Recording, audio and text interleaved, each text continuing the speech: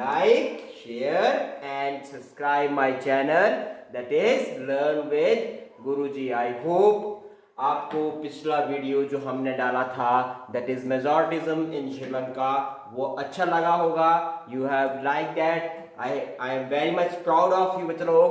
और उसी टॉपिक को हम आज जो है वो आगे बढ़ाएंगे, दैट इज मेजॉरिटिज्म इन श्रीलंका. मैं आपको ये टॉपिक करवा चुका हूं but I will revise this topic for just in points. कुछ पॉइंट्स मैं आपको ये रिवाइज करूंगा और फिर हम आगे इस टॉपिक को आगे लेंगे. We will not waste the time and will directly come to the topic that is मेजॉरिटिज्म in Sri Lanka. That is बच्चों मेजॉरिटिज्म इन श्रीलंका. मेजॉरिटिज्म इन श्रीलंका. इन श्रीलंका. ठीक है बच्चे लोग. मेजॉरिटिज्म का मतलब क्या होता है बच्चे लोग? मेजॉरिटिज्म का मतलब होता है जब एक कम्युनिटी जो है वो मेजॉरिटी में होती. जैसे श्रीलंका की हम बात करें तो श्रीलंका में सिन्हलास वाज इन द मेजॉरिटी. तो वहां पे जो है वो जब मेजॉरिटी में होते हैं तो वो लोग जो है they can run the government in their own way. और इसकी जो है वो डेफिनेशन आपके बुक का जो पेज नंबर है चलो 3 वहां पे आपकी डेफिनेशन दी है. I believe that a majority community should able to rule a country in which ever way it wants. ठीक है जी. क्योंकि मेजॉरिटी में है लोग तो 74% जो थे सिन्हलास जो थे वो मेजॉरिटी में थे. तो इसलिए जिस मर्जी चाहे वो एज दे विश जैसा वो करना चाहे वैसे वो लोग कंट्री को रन कर सकते हैं. ठीक है. क्या किया था सिन्हलास ने? सिन्हलास मैंने आपको बताया था कि श्रीलंका गॉट इंडिपेंडेंस इन 1948. ठीक है. और सिन्हलास की मेजॉरिटी थी इसलिए सिन्हलास की गवर्नमेंट वहां पे फॉर्म हो गई थी. 3 स्टेप्स जो इन्होंने 1 बाय 1 उठाए थे ताकि सिन्हलास को जो मेजॉरिटी है उस सिन्हलास को प्रेफरेंस जो है वो दी जा सके. फर्स्ट प्रायोरिटी क्या दी गई? फर्स्ट प्रायोरिटी जो दी गई थी they make Sinhalas as an official language. इन्होंने जो था वो सिन्हला को जो था वो श्रीलंका की ऑफिशियल लैंग्वेज जो था वो घोषित कर दिया था. फर्स्ट पॉइंट ये था. ठीक है. ये दिस इज अ लैंग्वेज. तो इसको जो था वो आपकी जो था वो ऑफिशियल लैंग्वेज घोषित किया गया था. इंडिया में ऑफिशियल लैंग्वेज कौन सी है चलो? इंडिया में जो ऑफिशियल लैंग्वेज है वो आपकी Hindi and English is official language. जबकि श्रीलंका में जो ऑफिशियल लैंग्वेज है वो आपकी सिन्हलास को बना दिया गया. सेकेंड जो इन्होंने स्टेप उठाया कि सिन्हलास को सुप्रीम करने के लिए कि जितनी भी यूनिवर्सिटीज पोजीशंस होती थी मतलब यूनिवर्सिटीज में जो कट ऑफ बनती है आप जानते होंगे क्योंकि आगे आप 12th के बाद जो है वो यूनिवर्सिटीज में एडमिशंस लेंगे तो वहां कट ऑफ बनती हैं. तो कट ऑफ में जो फर्स्ट प्रेफरेंस दी जाती थी वो आपकी जो थी जो सिन्हलास कैंडिडेट होते थे उन्हें फर्स्ट प्रेफरेंस जो थी वो दी जाती थी. इसके अलावा गवर्नमेंट जॉब्स में भी जो था वो आपके जो था वो सिन्हलास को प्रेफरेंसेस दी जाती थी. This was the second step taken by the Sri Lankan government which is run by the सिन्हलास. और थर्ड जो सबसे बड़ा इंपॉर्टेंट पॉइंट था कि दे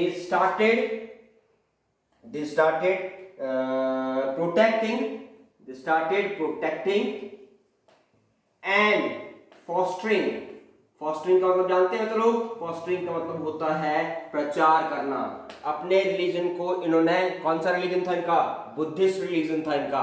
तो बुद्धिस्ट रिलीजन को इन्होंने प्रोटेक्ट करना और उसका प्रचार करना, फॉस्टर करना, उसे फैलाना जो था वो लोगों तक पहुंचाना जो था वो स्टार्ट कर दिया था. तो अब इसका क्या?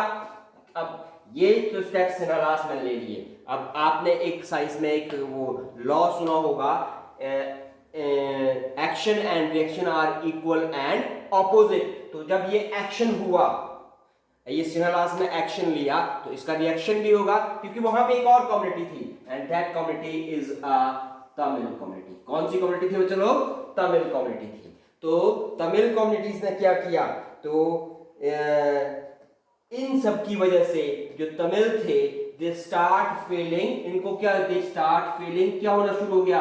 एलिनेटिंग फीलिंग होना. इन्होंने अपने आप को जो था वो अकेला महसूस करना, एलिनेशन फील करना जो था वो स्टार्ट कर दिया. एलिनेशन फील करना स्टार्ट कर दिया. ठीक है. और इन्हें लगता था सेकंड पॉइंट, ये इनको ये लगता था तमिल्स को कि none of the political party, कोई भी जो बड़ी पॉलिटिकल पार्टी थी, जैसे हमारे इंडिया में बहुत सारी बड़ी बड़ी पॉलिटिकल पार्टीज हैं, कांग्रेस है, बीजेपी है, इसी तरह से जो आपकी श्रीलंका में जो पॉलिटिकल पार्टीज थी उन्होंने वो which were run by the सिन्हलास, मतलब जिनके बड़े बड़े लीडर जो थे वो सिन्हलास थे, उनको तमिल्स को लगने लगा था कि दीज पार्टीज, ये जो पार्टीज पॉलिटिकल पार्टीज हैं, ये तमिल्स के लिए जो है वो कुछ भी नहीं कर रहे हैं, they are not doing nothing for the Tamils, तो तमिल्स के लिए कुछ भी नहीं कर रही है। ठीक है, तो इतना जो था वो करना शुरू कर दिया। Means they are the Sinhalas political parties are not protecting their culture and their language, क्योंकि ये लैंग्वेज है, ये भी तब लैंग्वेज थी, ये भी लैंग्वेज थी, तो इसलिए जो था वो उनको लगने लगा कि ना तो इनके कल्चर को प्रोटेक्ट करें, क्योंकि इसमें आपके जो थे, अगर हम इनकी रिलीजन की बात करें तो हिंदू भी थे और मुस्लिम्स भी थे, तो ना तो उनके कल्चर को प्रोटेक्ट किया जा रहा था और ना उनकी लैंग्वेज को प्रोटेक्ट किया जा रहा था। और इनको लगता था, तमिल्स को लगता था, Tamils feels that the government and the constitution denied them equal rights.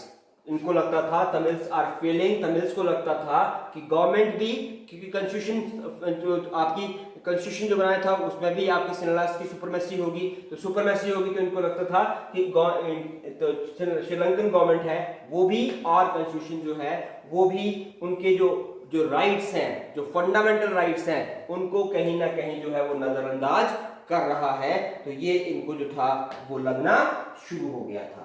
उसके बाद जो था वो आपका जो था, ना तो इनको गवर्नमेंट जॉब्स में और ना ही इनको यूनिवर्सिटीज में जो था वो प्रेफरेंस दी जा रही थी। अब ये तो इससे they started feeling alienation. Now what is next?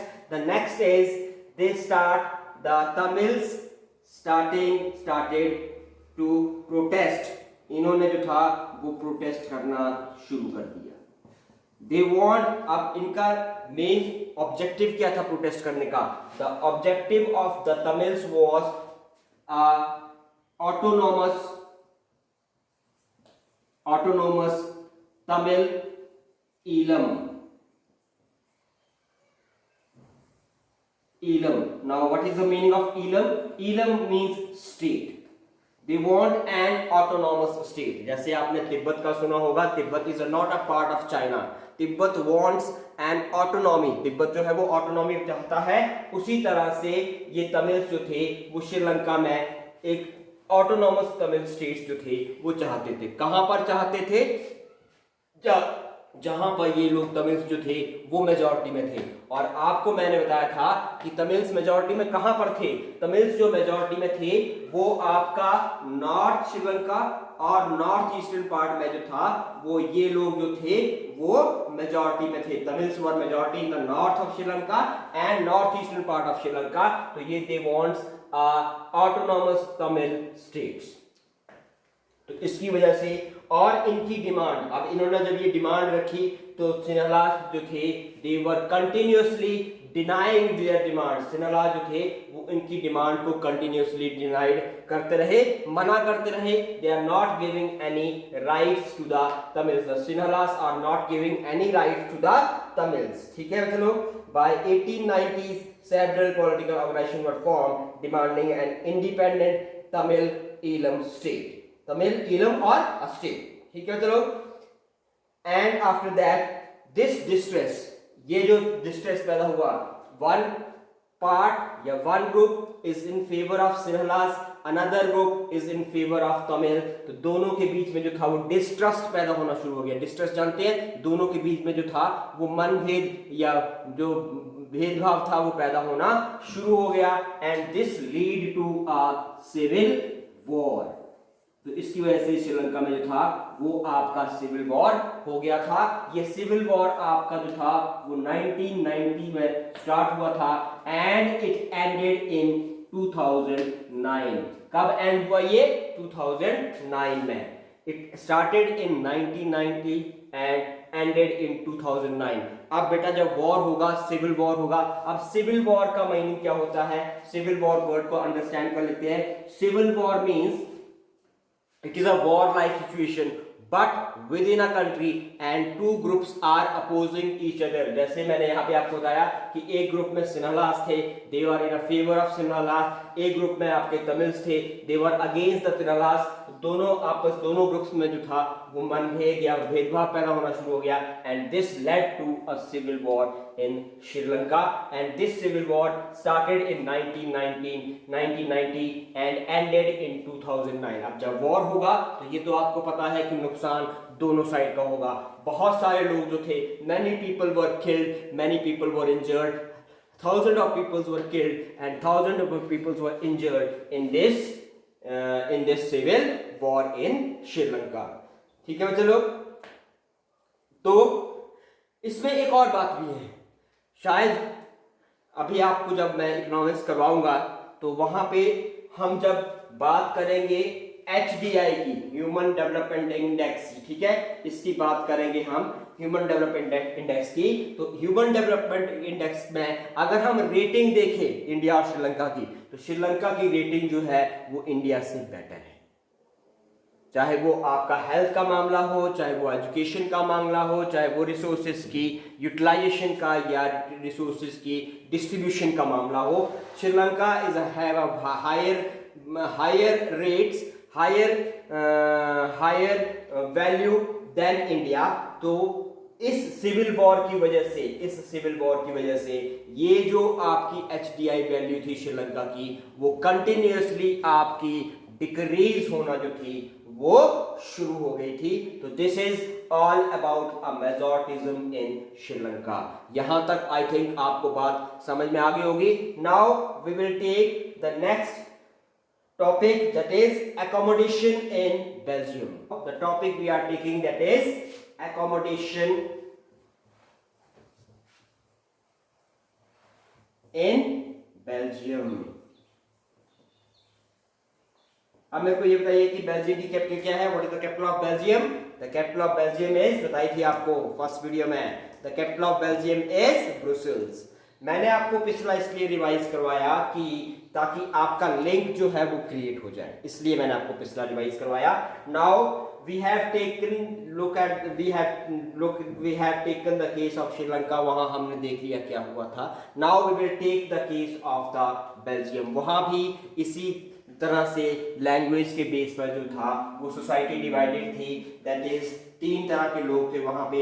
One is the French speaking, another is the Dutch speaking, और तीसरे जो थे वो आपके जर्मन स्पीकिंग। ये 3 तरह के लोग वहां पर अवेलेबल थे। जैसे सेम आपका श्रीलंका में केस था। कौन कौन थे वहां पे? Sinhalese and Tamils. तो तमिल यहां तो आपका श्रीलंका में तो जो था वो सिविल वॉर हो गया था। Now what the Belgium, how Belgium has taken, Belgium में क्या हुआ आफ्टर दैट? क्योंकि मैंने अभी आपको बताया every action has a reaction. तो अगर क्योंकि वहां पर भी आपकी, पर वहां पे थोड़ी सिचुएशन जो थी वो डिफरेंट थी, ट्विस्टेड थी थोड़ी सी सिचुएशन। कंट्री में जो थे वो फ्रेंच स्पीकिंग आपके माइनॉरिटी में थे, डच स्पीकिंग मेजॉरिटी में थे, जबकि ब्रुसेल्स जो बेल्जियम की कैपिटल है उसमें जो थे वो फ्रेंच स्पीकिंग मेजॉरिटी में थे और डच स्पीकिंग जो थे वो माइनॉरिटी में थे। ठीक है, डच स्पीकिंग जो थे फ्रेंच कंट्री में डच स्पीकिंग मेजॉरिटी में थे, फ्रेंच स्पीकिंग माइनॉरिटी में थे। लेकिन ब्रुसेल्स में कंडीशन उल्टी थी, यहाँ फ्रेंच स्पीकिंग जो थे वो मेजॉरिटी में थे और डच स्पीकिंग जो थे वो आपके माइनॉरिटी में थे। Now what steps are taken by the Belgium government to accommodate these communities या to accommodate this type of situation? क्या किया था बेल्जियम ने? तो बेल्जियम ने जो था सबसे पहला जो स्टेप उठाया था बिटवीन 1970s and 1993, इस टाइम पीरियड में, कितना टाइम पीरियड हो गया ये? How much is this time period? This is about 23 years, 23 सालों में, 23 years में they have what word I can use, that is amendment. Amended their constitution 3 times. In Belgium, in 23 years, they have amended their constitution 3 times. Amended का मतलब होता है change करना। उन्होंने communities को अकोमोडेट करने के लिए अपने कॉन्स्टिट्यूशन को 3 बार जो था वो चेंज किया। चेंज मीन्स उसमें बदलाव किए कि किस तरह से दोनों कम्युनिटीज जो है वो एक साथ रह सकती हैं। ठीक है,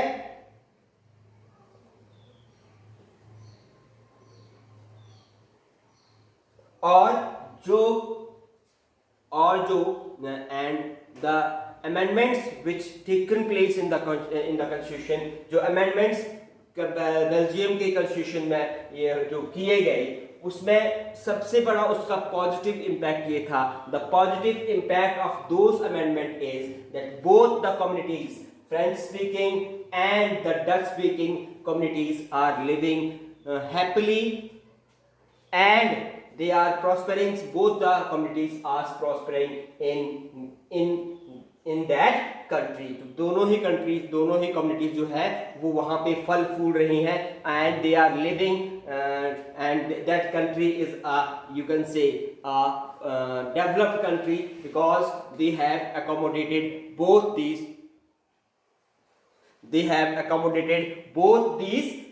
communities, that is the French speaking and the German speaking. Here we have a 3 marks question. यहाँ पे आपका 3 marks का क्वेश्चन आता है और क्वेश्चन आता है कि क्वेश्चन मैं यहाँ बोर्ड पे लिखता हूँ, आप अपनी कॉपीज में लिख सकते हैं। The question is how Belgium accommodate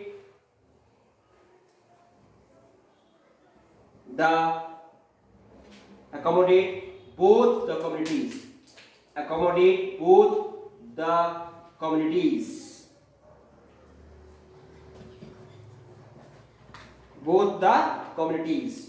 ये इस तरह से क्वेश्चन बन जाता है आपका, ये द नहीं आएगा यहाँ पे। ठीक है, the question how Belgium accommodate both the communities, पर आपको पता है कि क्लास 10th में हाउ व्हाट वेयर से क्वेश्चन स्टार्ट नहीं होता, मैंने जनरली क्वेश्चन फ्रेम कर दिया। तो discuss how Belgium, discuss the various method through which the Belgium accommodate both the communities. इस तरह से जो है वो क्वेश्चन आपका फ्रेम हो सकता है, किसी भी वे में क्वेश्चन जो है वो फ्रेम किया जा सकता है। In any way question can be framed. तो फर्स्ट जो स्टेप लिया था इन्होंने आंसर में, मैं आपको आंसर बता रहा हूं, ध्यान से सुनिएगा, you have to listen very carefully कि किस तरह से इन दोनों कम्युनिटीज को जो था वो अकोमोडेट किया गया था। How so now I am telling you how these both the communities were accommodated in Belgium, किस तरह से accommodate किया गया था। तो पहला जो पॉइंट है आपका वो है कि the number of ministers in the central government, number of ministers in the central government will be equal for both the communities। मतलब for example, जैसे आपकी, मान लीजिए मैं एग्जांपल ले रहा हूं, I am relating this example with Belgium.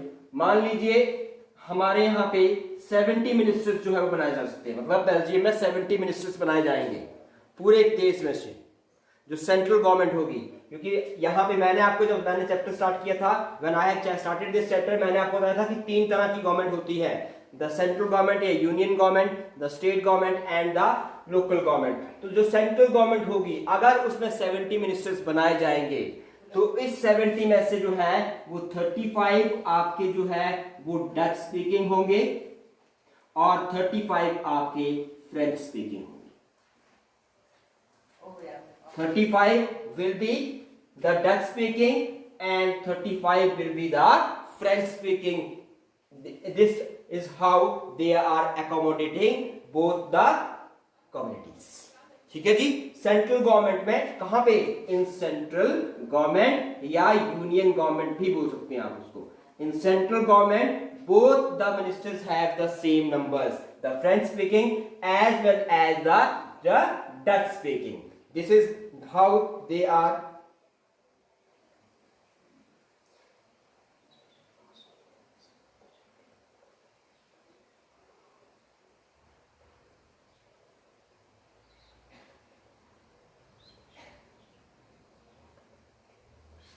This is one accommodation. Now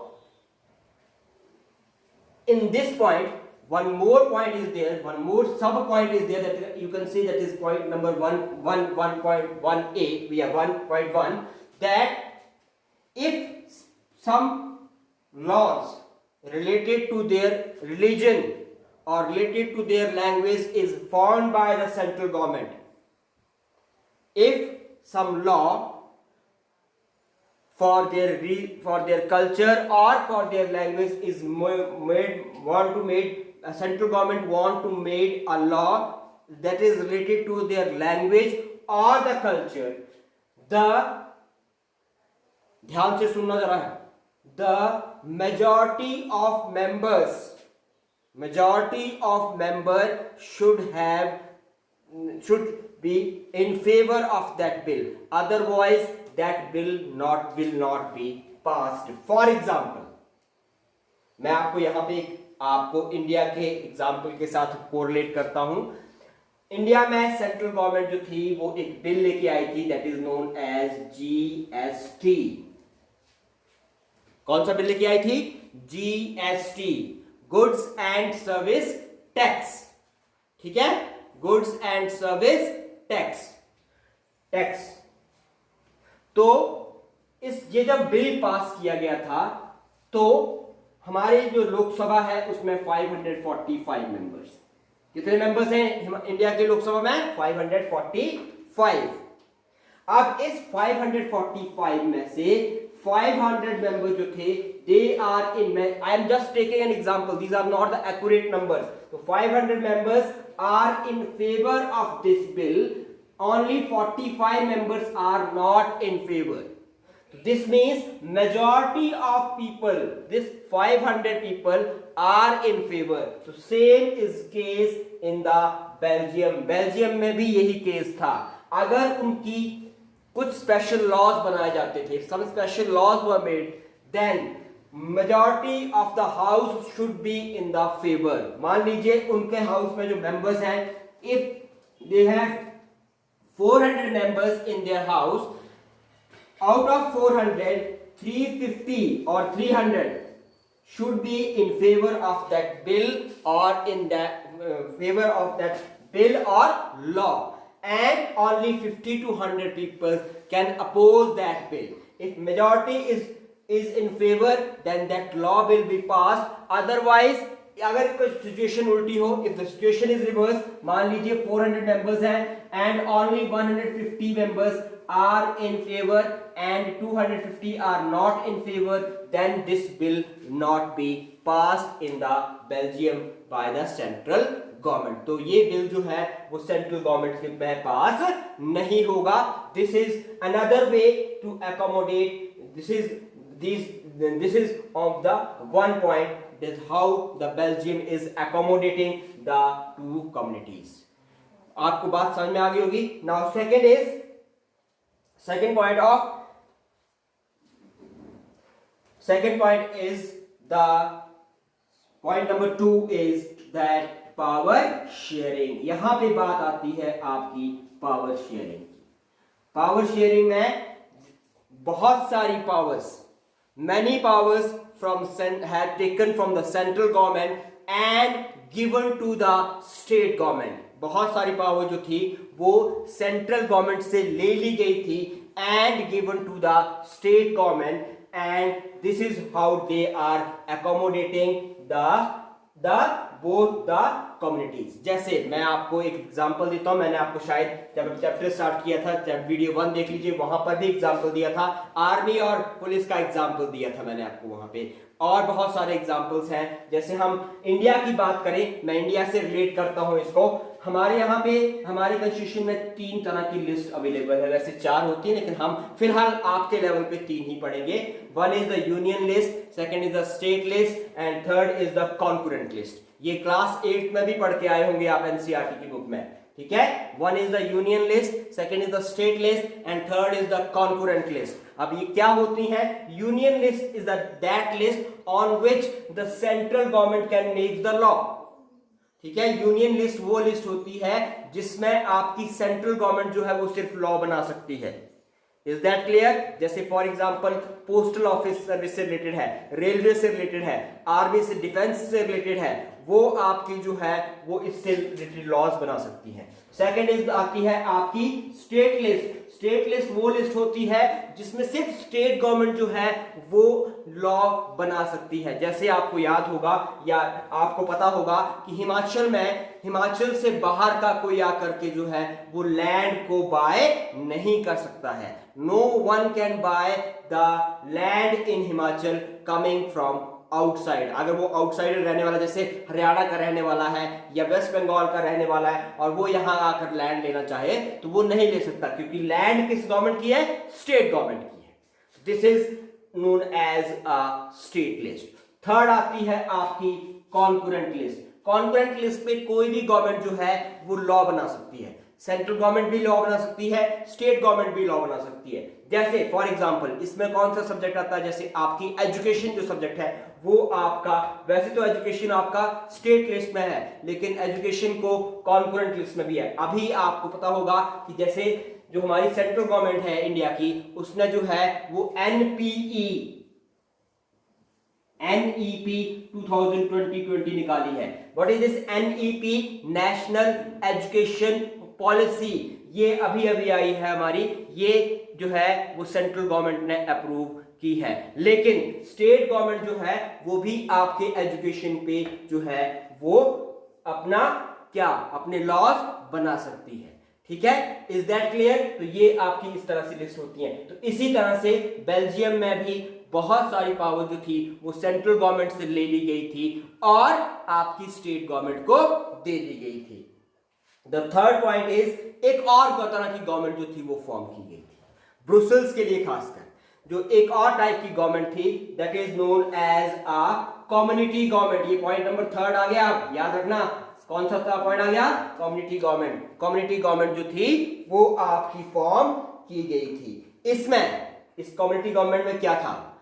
community government में था कि आप कंट्री के किसी भी कोने में रहते हैं, एक गवर्नमेंट जो है वो फॉर्म होगी, वो आपकी कम्युनिटी से रिलेटेड ही काम करेगी।